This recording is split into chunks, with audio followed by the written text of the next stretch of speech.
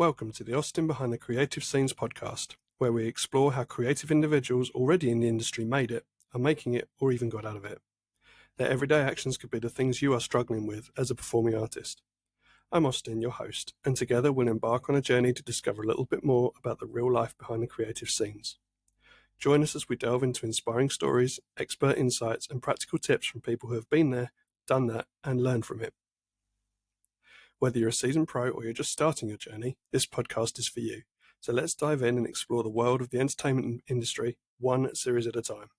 This podcast is sponsored by the award-winning Mortgages for Actors, the financial services for you and your family. Visit the website to find out more. Hello, Ekow. Hello, good sir. How are you? I'm good, thanks. How are you doing? I'm in one piece, thanks, man. I'm doing well. Which is the best way to be. I know. I'm doing all right. It's good to see you on here again. It's been a little while, so it's always nice to see a friendly face, especially one that I see on the tube all the time. It has been a bit of a while, hasn't it? Yeah, but yeah, it's so lovely to see your face and hear your voice again. Thank you, and you too. So, well, introduce yourself. Tell the world who you are and what you do. Oh, well, I'm Ekow Quartey. I'm an actor. I've been in several different projects ranging from theatre, screen and TV. Most recently, I was face of Uber Eats for I think a year, then a bit of Cadbury's, and then I did a project called Becoming Elizabeth, which came out in America and then sadly didn't get continued, but it's just recently been shown on Channel 4, so it's sort of got its London or UK audience going, oh my God, what's this amazing thing? You're like, oh, where were you a year ago? Yeah, when we needed you. When we needed you. I'm currently rehearsing for Witches at the National. Nice. But yeah, acting is my be all and end all. But yeah, that's your bag. Yeah, it's my bag. It's quite surreal actually, because I remember, I don't know, about 6 months ago, I was doing a lot of trips to London. And I came down the stairs one day and I turned the corner. There's always like a big screen right at my station, like full length, everything. And there you were standing there and I was like, bloody hell, he's around everywhere, isn't he? And you had a nice big bar of dairy milk. And I thought, you know what? I really want one of them now. So it works. It worked. Oh, I'm glad I got you having some dairy milk. Definitely. Did you get any perks? Did they give you any freebies? Oh, it's the question of is the semantics of give. That's like they lost some unexpectedly. What does give mean between friends? That's the question we all need to. That's true. One day you'll pay them back. One day. Right. Serious question. What does it mean to you to be an artist? It's one that was sent in a little while ago. What does it mean to be an artist? I think it means being creative. It means telling stories that allow people to either forget, remind, or give a break from this world we live in. I think it's a voice. Being an artist is an ability to be a voice in an echo chamber and a reflection on the world we live in. And I think with less of us, I don't think this will be the greatest place to be. What do you mean by less of us? Less artists, less freedom to create art, I think.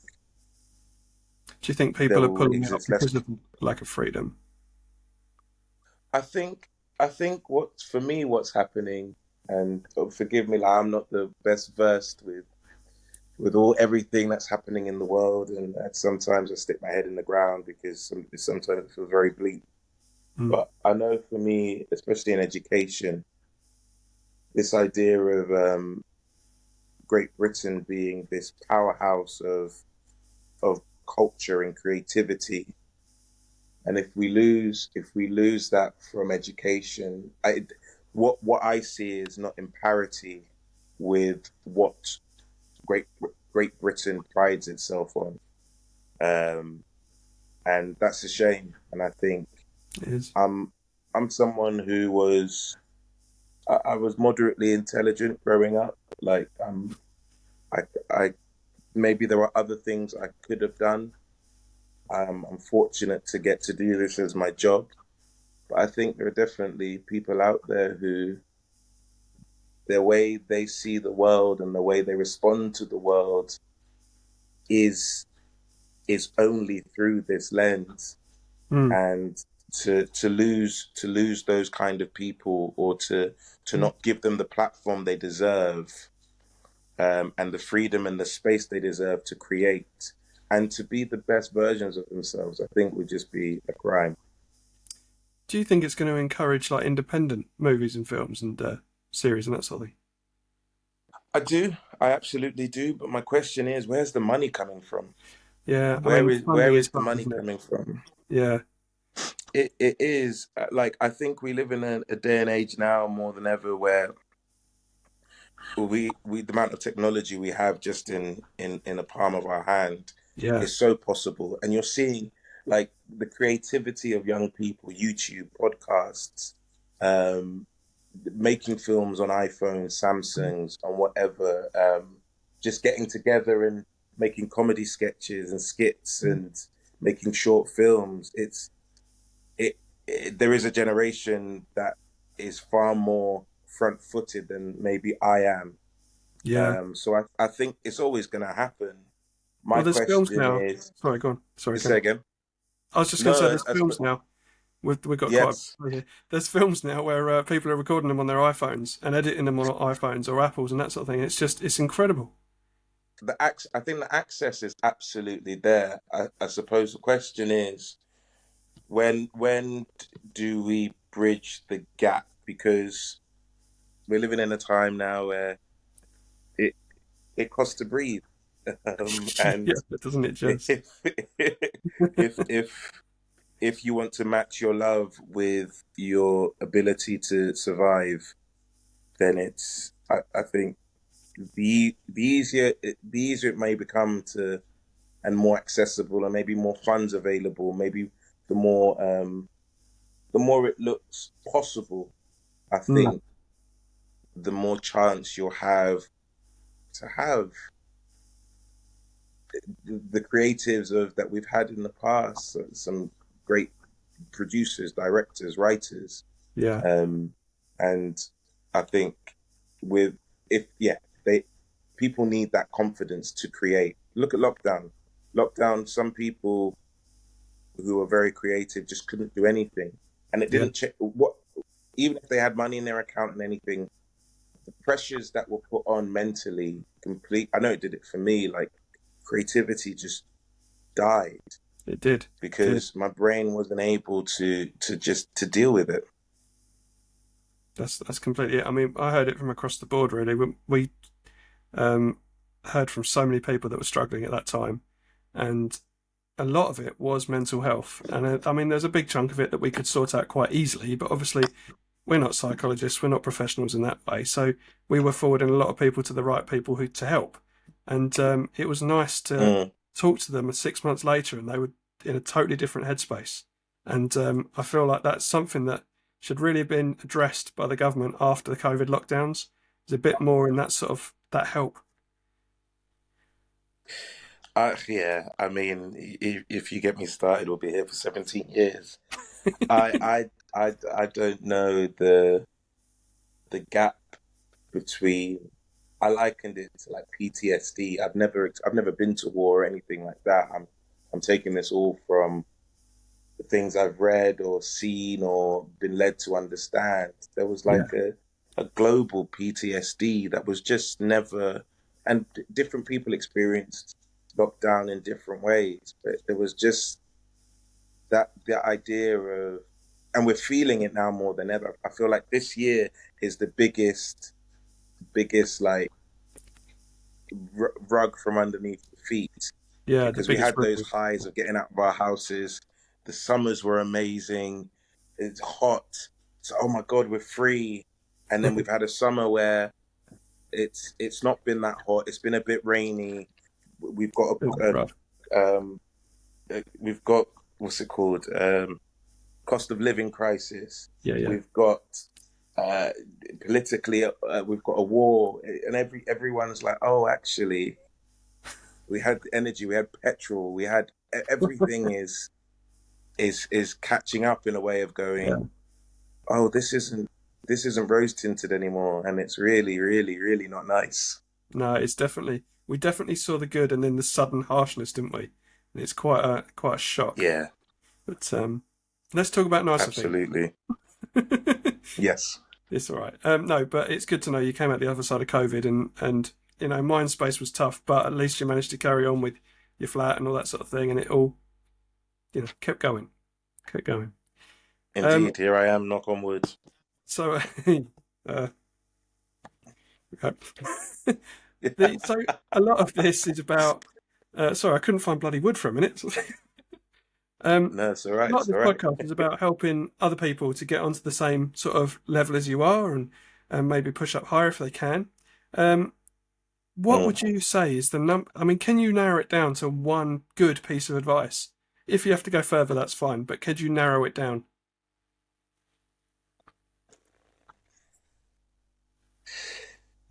In terms of career, in terms of getting to where you are? From if you're standing there like myself, no qualifications, no idea, no nothing, mm, to being able to say, do you know what, I've got a job booked up next week and it's a good one. one piece of advice. Wow, that's okay. Let me think about Tough this. one. Let me think about. Um, I'll be completely honest, and this has possibly come out of the last few years, and this is probably a reflection of where I am now and the world we're living in. Is I'm never going to say to anyone, if you can do anything else, do it. I don't believe in that. I think it's beautiful, and I'm very glad that I get to do something I love. Um, but but I would say to you, plan for the worst, hope for the best. And what I mean by that is find as many things. If acting is your passion, the thing you love, go for it with both hands. But find yourself an income enhancer. That's what I would say. Find yourself an income enhancer, which allows you to have more control over this your heart and your head and this Yeah, industry, which can go up, down, left, right. If you can find something that gives you the strength and the ability to keep going through it all, and it's that's never, and no one should ever take away from you that you're a performer, that this is your job, but it's allowing you to take back some control some of that in this stability. topsy Yeah, turvy world. Yeah, find yeah, your stability, because if you can get to a point where you get to dictate how you exist in this world, then that's the best thing I think I that's could it. ever wish for anyone. No, that's it. And it's nice to be able to have some stability, like you say, but also be able to chase your passion, your dreams, and you know, it's not like Absolutely. you have to sacrifice everything to get there either. So And cool. I don't like the idea of someone saying, um, uh, give up on your dream and go and do something proper. That's Both things are possible, and that dream might mean tomorrow you're a multimillionaire in Marvel or Disney Plus, Sky, whatever. But it might not happen tomorrow. It might happen in 20 years. But you need to make sure mentally and financially and physically that you're ready for exactly when that will happen. Because I Yeah, promise you, if you stick it out, you have the talent, then it will happen. It's impossible for it not to. It will happen. It's just a question of if you'll be there if you're still in it at the time it was ready to happen. yeah. Everything happens for a reason, doesn't it? Yep. Yeah. So who's your inspiration? What got you going and wanting to be an actor? I suppose a lot of Def Jam comedians like Bernie Mac, Martin Lawrence, Chris Tucker, um, also American. I think of Coming to America is always a big one in my head. Big film. Cartoons. I loved Cartoon Network, like Ed, and Eddie, I haven't had Cow that one and for a while. Chicken. I know. Cow Yeah. and Chicken, Dexter's Laboratory. I loved, I loved, what else is there? I remember Bernie Mac's, when they did Charlie's Angels. One of my favorite films is a film called Life with Martin Lawrence and Eddie Murphy. And that's so like that American comedy scene, but then as I've grown up,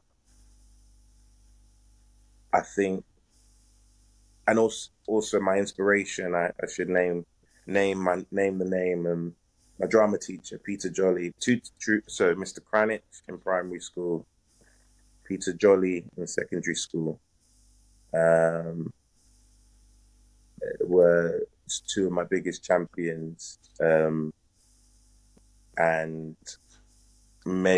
especially Peter, because every time I was like, well, what do I do next if I want to be an actor? Do this, NYT, do these audition pieces. And I remember in my last year of school, I really didn't want to stay. I really, really didn't want to stay. I want to get out And there. every day for a year, I wanted to act more than anything. And every day for a year, he would ask me, "How you doing?"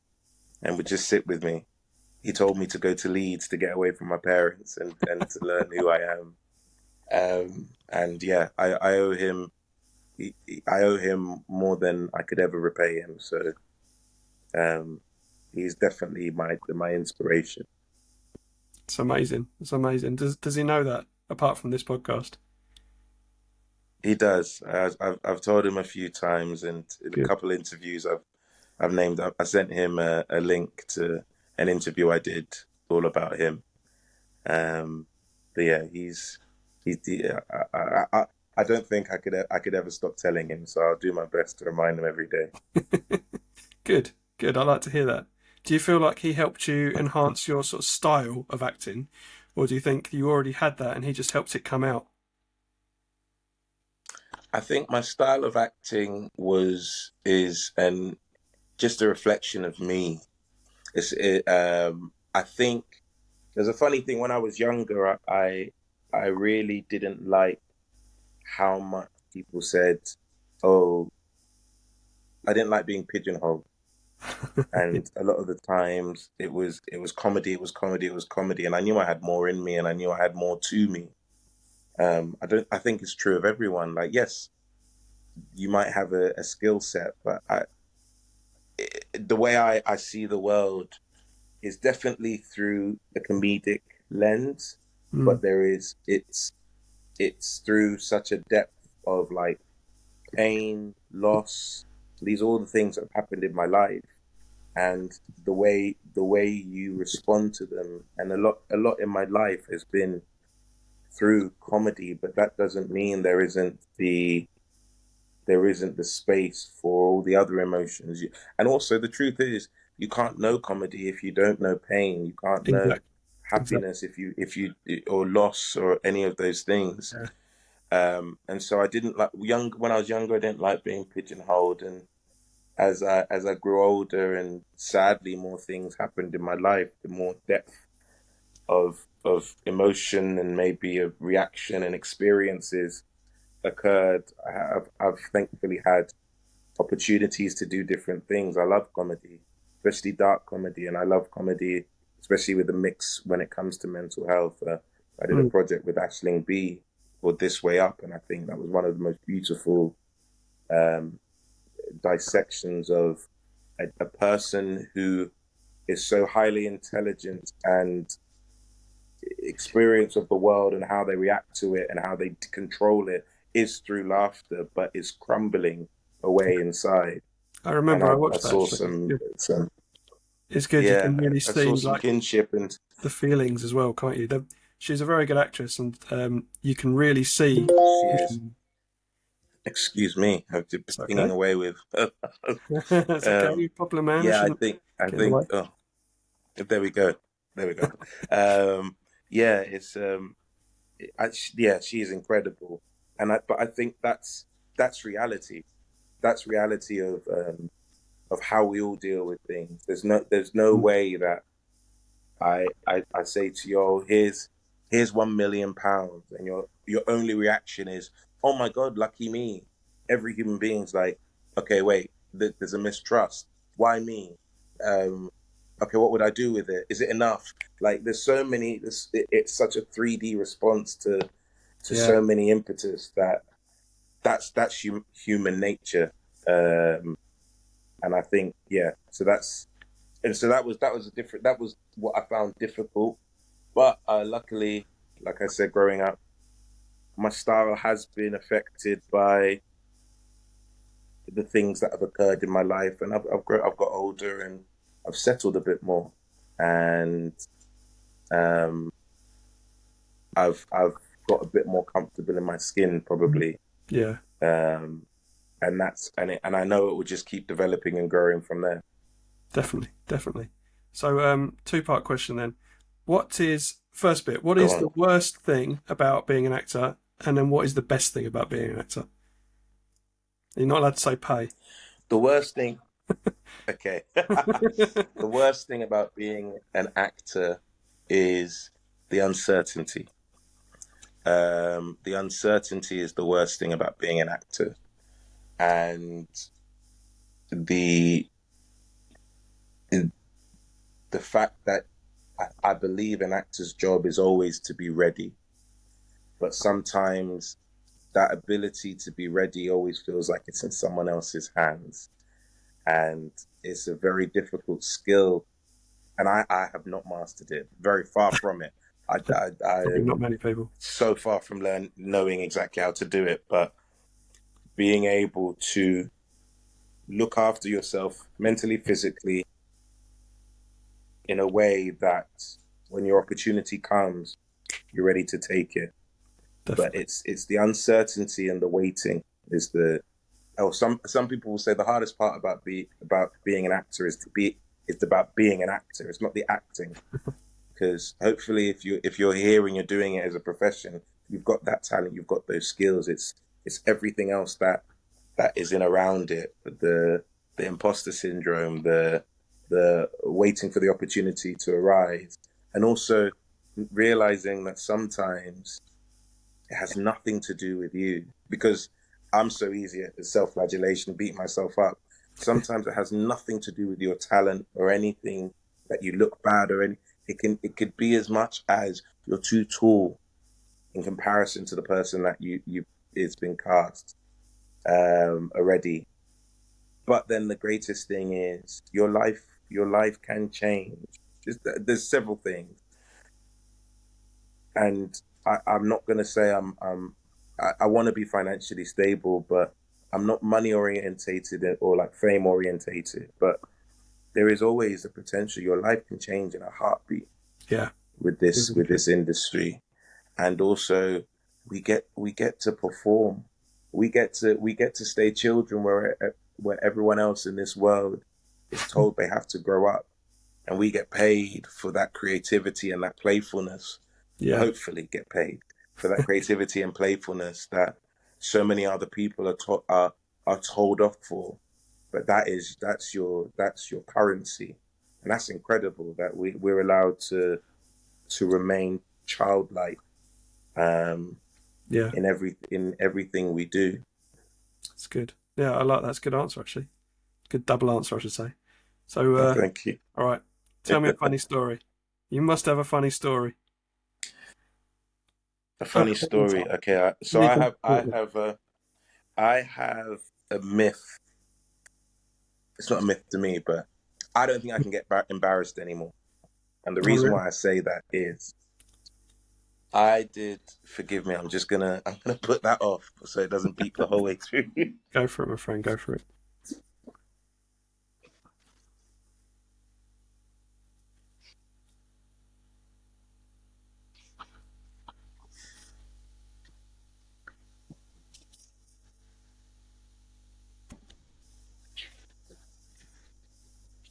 I have returned.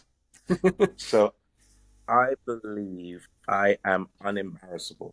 And the reason why this is because I have been embarrassed beyond belief. And Okay. once I think you stretch those boundaries, you go, well, what's the worst that can happen? And so I'll paint a picture for you.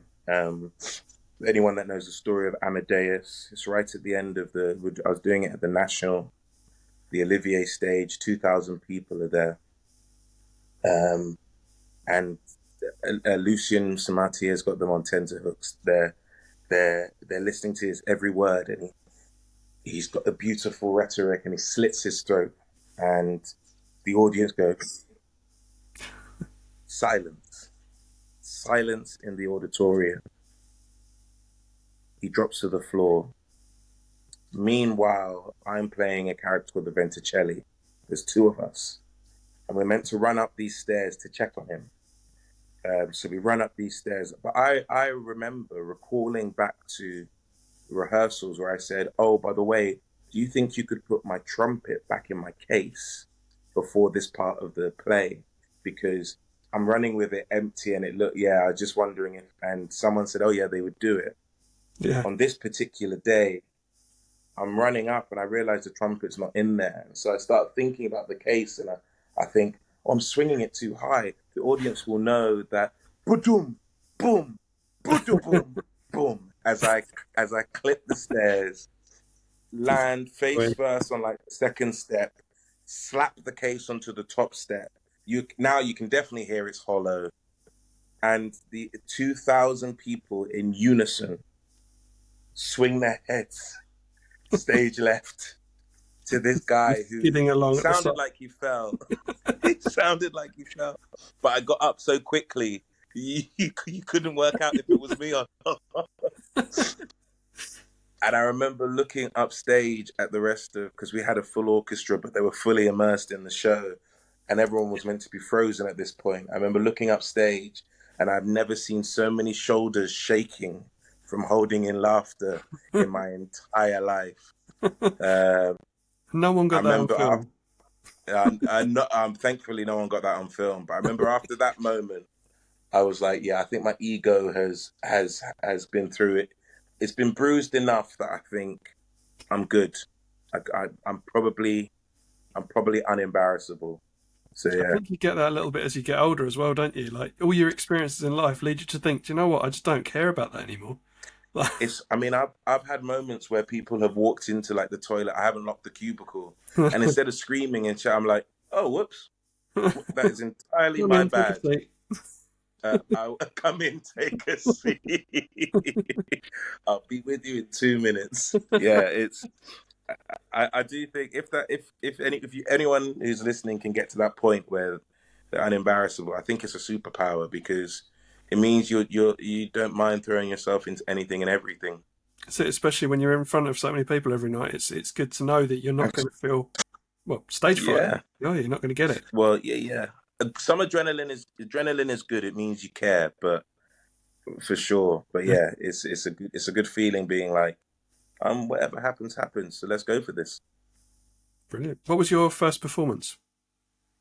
My first in life Well, as a professional actor. okay.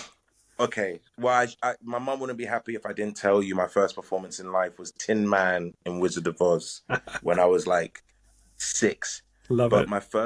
my first professional job was Harry Potter and the Prisoner of Azkaban. Ah, We filmed it when I was 12, and I think it came out when I was 14 or 13. oh wow.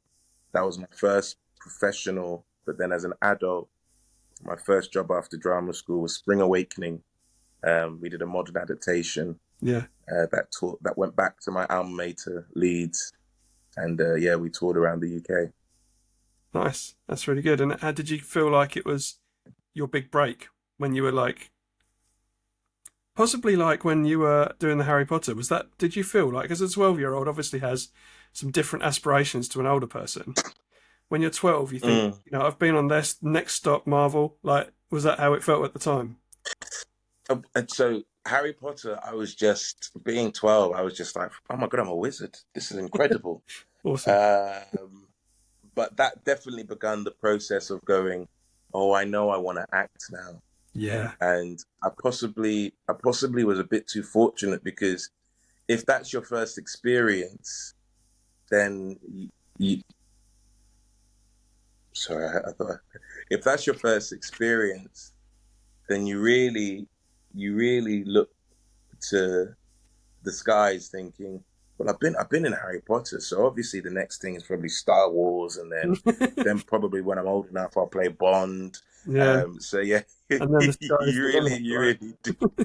Sky's the limit. Yeah. Um, but yeah, I'm still waiting for that moment where I go, oh my God, I've made it. But um, yeah, definitely the 12-year-old me was just so happy to just be on that set Yeah. and a wizard.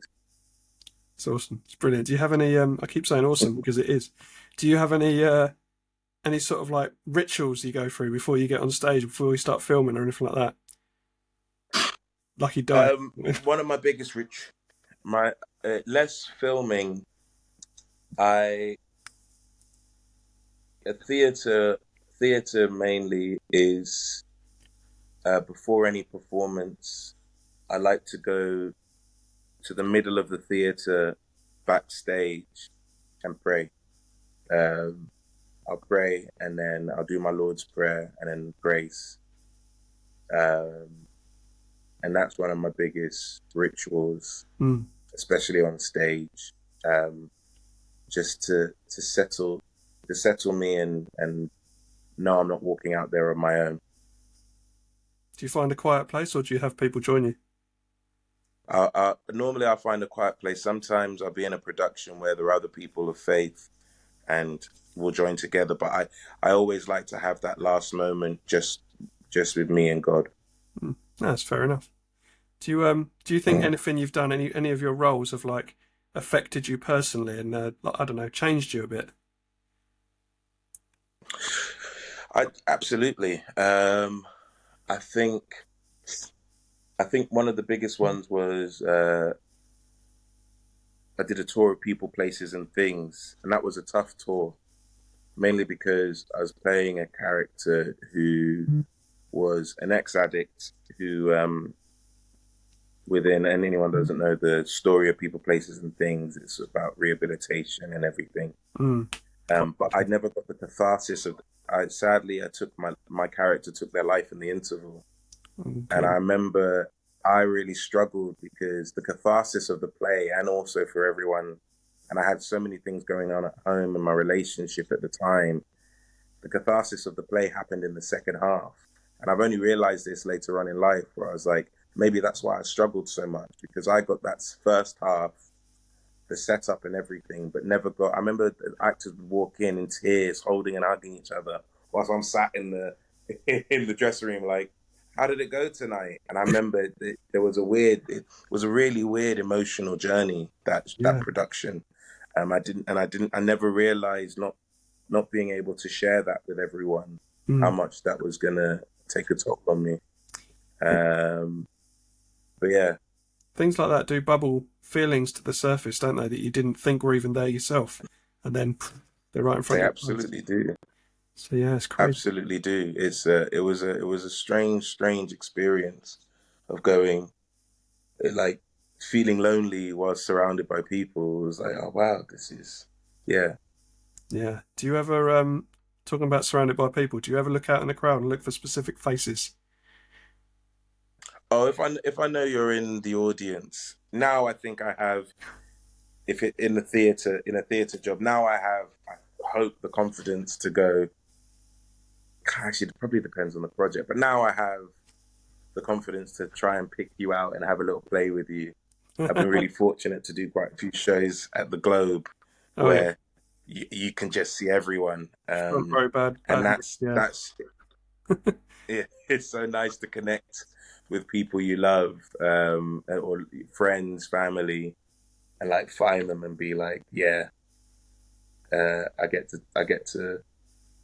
to show off, and like you get to be proud of who I am and what I can do, And who and you've you're my become. Mm. person, and it's a really lovely feeling.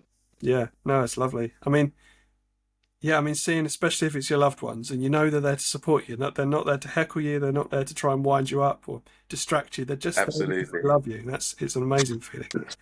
It's nice, It's an really. amazing. I remember I had my nephew in the audience. I mean, he won't remember. He was like 2 at the time or 1. But they came to see me in Midsummer Night's Dream. My sister, my brother-in-law, and my nephew. And yeah, looking out into the audience and seeing him was just such a beautiful thing of going, you're getting to see me do the thing I love, and that makes me feel like I am like it makes me glow kind of thing, and you're getting to see me in that element, which is so lovely. Yeah, Oh, good a minute. But yeah, that's amazing. Well, what do you feel is more important as an actor, talent or training? Because some people are born with it, some people have to make it. I think you need a combination of both. I think you can waste your talent with not honing it and not caring for it. Yeah, And I suppose talent can only get you so far. You need some luck, you need some support, you need some resilience, it helps progress as and well, doesn't it? yeah, and that training. And also, I think it's important that people don't think training just means going to drama school. Doing like sometimes training is also training on the job, but you have to be open to learning. Mm. I think if you've got talent and you just think I can rock up, do my job, and at no point do you. I think Kevin Hart says something about he is a student of the game, or a student of comedy, like that kind of ethos where you go, because a lot of people will say he's absolutely nailed it. He gets to dictate, but the idea of remaining a student of this craft and this profession, regardless of how big your name is in lights, what number you are on the roster or on the credits. Like go, no, no, I still want to. I'm intrigued, and I still want to look around and learn. I think for me is what's important. I could never tell you what the rhyme and rules are, but that's to me what's important. I don't think there are so many rules. I think it's more a case of can you do it and how well can you do it? And if you can't, if the talent's not there enough to get it out there properly, then maybe you need some training. And the opposite way around, maybe you've had all the training, you can do it, but it's very, I don't know, cardboard cutout almost. It's almost just like you're just doing the role. There's no real passion in it. So I think, yeah, both. Someone once said to me, "Be yourself because everybody else is taken," and I think sometimes that's the it's a very easy way of describing it, but sometimes that's the key to releasing or revealing who you are as a performer. Mm. Um, Everyone else is taken, so be yourself, and hopefully people go, oh, "I want a piece of that." And if they don't, and you have the ability to wait around and be patient and bide your time, Yeah. but if you don't, if you also have to be honest with yourself, if you don't think you have that, if it doesn't fit with what you want in your life, if it doesn't fit with your plans for your future, as sad as it is to say, is then maybe you do need to move on for now. You can always come back. Yeah. This is a profession where we don't have an age limit. There isn't an upper age limit. No. There's always going to be stories to be told, no matter how old you are. Well, look at people like Ian McKellen. You know, I won't say he's getting on because that's not nice, but he is definitely older than a lot of people. And he's still I out on mean, stage, still dressing up like a lady and going out there. Morgan Freeman supposedly didn't come to the star we know now until his 60s. And you Yeah, go, wow, that's 30 more years for me before, and you go, wow, okay, so it it's a can change of happen heart, isn't whenever, it? wherever. Yeah. I mean, it's like Mm, even people like Tom Jones. He was a brickie, wasn't he? Before he started, he used to lay bricks, and I've now heard he's a that, king. yeah. What And type of he's acting? got the voice of an angel. He has, yeah, he has a Welsh angel. Um, which types of acting do you feel you're most suited to? I'm gonna say anything and everything. I would, like I said before, I wouldn't want to pigeonhole myself. I know Yeah. I have comedy chops, But I also think there's been times where people have given me the opportunity to show that there's more to me than that. So everything and anything. That sounds good to me. Very adaptable. Um, if you've got loud parts where you're having to shout and scream, where do you go to rehearse? Do you do it in your house and then have to apologise to the neighbours, or? Well, you have to show, man. I suppose if it's theatre, then hopefully you've got a rehearsal Fingers crossed. space. Hope you've got a rehearsal space and to do it. But if you've got a self tape that's come in, you have to scream and shout. Maybe you need to knock on the door before and be like, by the way, everything is okay. No one is dying. This is exactly what's happening. Yeah. Please, I'm sorry, forgive me, but it will be between these hours.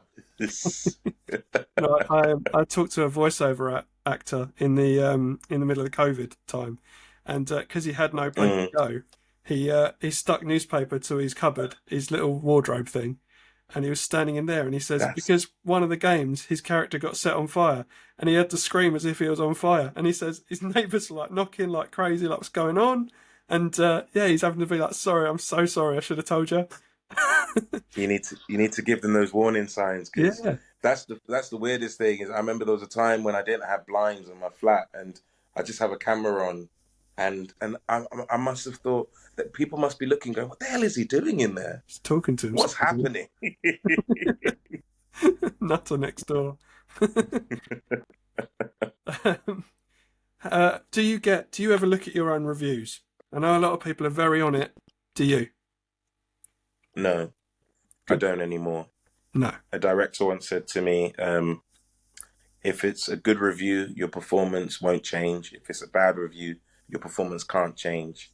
And I know I am susceptible to what people think about me. Yeah. And so if I try and, as much as possible, trust what it is we did in that moment or we made and the people around me, and go, that's all that matters. Well, if you've done, because sometimes it's just one person's opinion. Exactly. And if you've put everything into that performance, what more could you have done anyway? Yeah. There's nothing worse than be told it wasn't that great. You're like, I gave you everything. Okay, right. Ooh, my soul. Okay. When you get a character and it's new to you, like you've got this new character, you've got to try and work out who they are. What sort of steps do you take to try and work out who this person is? Do you go away and read the book and the screen, the film or anything like that? I think the first thing for me with any project is you start with the script, whatever's been written down. If it's not autobiographical rather, then like you start with the script. The script will give you as many clues as it possibly can. It'll give you your skeleton. Yes. Because I think the hardest, that's the story. For me, this is my process. That's the story you're telling, is whatever is in that script. So whatever you do, whatever you say, whatever is said about you, whatever is said to you, however you're described, any action that you commit within that text is your skeleton. And then you build from there. Okay, what do we add on? How do we flesh this out?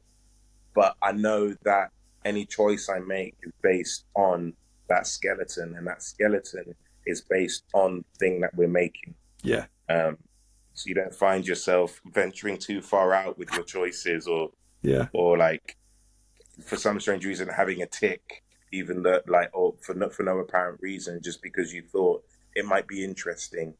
I think at the end of the day, tell the story, and if something aids in the telling of the story, perfect.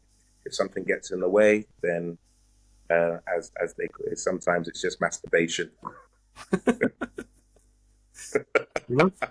I've never heard it put like that, but yes, we'll call it that. Yeah. When was your last time on stage? What was the last day on stage? Or filming? What was the last day filming? Because you were doing a film like first before, weren't you? My last day of filming was end of August. It was a project called One Night in Bath. We're filming in Bath. My my last time on stage was actually last year. I filled in for someone at the Globe when they broke their collarbone, so I ended up playing Henry VIII. Oh, nice. Um, I know the last time in my production, the last time I was on stage was actually properly on stage was playing Macbeth at the Globe, and that was a production we were doing that went into lockdown. So that was a bittersweet, a bit of a heartbreak, but yeah. Yeah.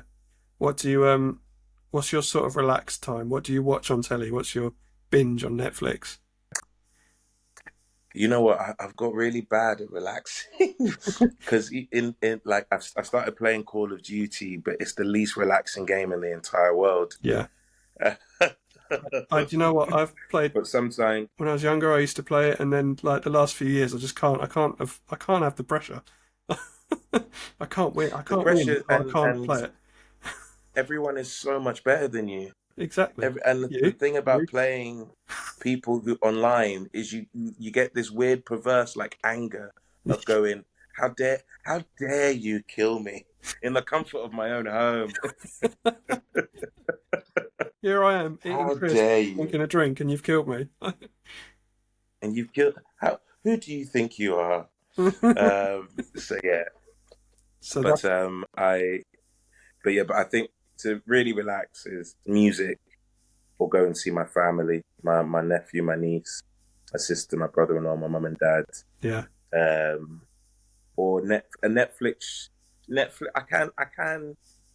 I'm not very good at winding down. That's one of my issues. I'm not very good at winding down. Sometimes I get a good Netflix series. I'm watching The Glory at the moment, a Korean TV show Hmm. about revenge, which Nice. is great. But I've got some things on the list. The Bear is one that I've been told recently is phenomenal, and Barry. So I've got those two on the list. No, I haven't heard of either of those two. I'm going to definitely delve Oh, into that now. But I yes, did like yes, do. yourself, the Korean stuff. Like I found a Korean film on there a while ago, and since then I just can't stop. Every time I see a Korean one, I'm like, oh, that looks cool. Go on that. And I went through It's like this binge of Korean films for a while, and started thinking that all films should have subtitles from now on. yeah, that's the only thing about watching a film, a non-English speaking film or series is you have to, yeah, you have to concentrate. Yeah. There's no sort of just like being able to switch off because I've had a few moments where I've gone, I literally, I switched off for 30 seconds and I have no idea what's going on. You rewinded. Who the hell is this But yeah, character? Yeah. what's going on here? Yeah. No, it's cool. It's cool. So, I mean, everyone knows as a self-employed actor, you have some days that are bloody long, some days that are really short. What's your longest day so far? Mm. Longest day. The longest, I suppose, the longest day I've ever had is normally on set, because you can be you can be picked up, and this is no, I don't want to sound like a prima donna. You can be picked up at like 5 a.m. Especially I'm South London boy, and so many studios are not in South London. Yeah. You can be picked up at like 4:30, 5 a.m. And sometimes you could be doing night shoots or split days where they need some scenes during the day, some scenes during the night. So you can end up finishing, let's say, at 10 p.m. and then you've still got a 2 hour drive back home. So there's been some days where I've been in my flat between one call and another. I've been in my flat for like 5 hours, and in that 5 hours, I've had to sleep, possibly eat, Yeah. shower, and get ready and possibly read the scenes for the next day. But I can't complain, especially if it's filming. If you're being picked up, I've snored my way through many an M25, M40. Sometimes when I'm not behind the wheel as well. Well, long that may that continue. Yes, yes, yes. So, if you had to pick any film, and it doesn't just have to be your favourite film, any film, what film would you most have liked to have starred in? What do you think Ooh, really fits? Gladiator. Yeah. I would have loved to have been in Gladiator. What would you have been? You know what? A younger me would have said Maximus, but I think I'd love to play Joaquin Phoenix's part now. Oh, I'd really? love to. The king. Yeah, I'd love to be a villain. I'd love to be a Bond villain. That's Cool. another one. I'd love to be like Javier Bardem in Skyfall. I think is absolutely phenomenal. Well, if any of the Bond Um, producers are yeah, listening, your man's right here. So get in touch. ready and raring to go. So what was your latest one you've just done? The one they didn't continue for some silly reason. It was called Becoming Elizabeth, all about Elizabeth the First, and the hope was to have 5 seasons of talking about her rise to power, or and it would most probably have ended just at the point where she took the throne, because so much is said about Elizabeth the First from that moment, but it Yeah. was meant to be like a, a reflection, or like a cross section and a window into Elizabeth the First, and kind of what made her the woman history has described and depicted. Mm. So the series starts with Lord Somerset riding hard through the night, um, and getting to Prince Edward's side. I think he's only 8 or 10, and then Somerset and his men bow down in front of Edward and say, "Long live the king," or "The king is dead, long live the king." Mm. And so you see this process of, some people described it as succession, but within the realms of monarchy, and yeah, it was a project I was and am and will forever be so proud of Yeah. everyone involved. I think it was so well made, such incredible performances, um, and I think it could have been something really special, but these things happen in this game, A lot. um, and unfortunately, and so you kind of have to gild yourself, and hopefully, I think this is maybe one piece of advice I didn't say. Make sure you've got your people, if that be that friends, family, whoever, that keep your feet on the ground and your head screwed on, because they will make those hardest times somewhat livable. Good. Good. Okay. This is a bit of a random question. When you come off filming and you've been using an Good. accent all day, do you keep the accent in the evening because you can't switch it off? Well, I'm just trying to order a burger and I've got a type of meat over chap. You know, so I haven't actually done any. So in Becoming Elizabeth, I played a Spanish mercenary, and funnily enough, no, actually, I didn't. There's been a few times where, let's say, I was on tour in America, and you put on an American accent, or you put on a far more befuddled British accent, because the girls are like, "Oh my God, are you like from England?" You're like, "Oh yes, yes I am." Of course I am, old chap. Or you put on an Irish accent. Yeah. Oh yes, old chap. That's from the Cotswolds. And so like sometimes you'll just play around, but I know actors who, depending on the project, will have to remain in that accent, because it depends on how free you are in that script. And if it's a difficult accent, then you will probably want to remain in it as much as possible whilst filming, so you have that freedom Yeah. to maybe say lines off the line or off the page. Brilliant. Brilliant. What apart from today, what was the last thing that made you smile?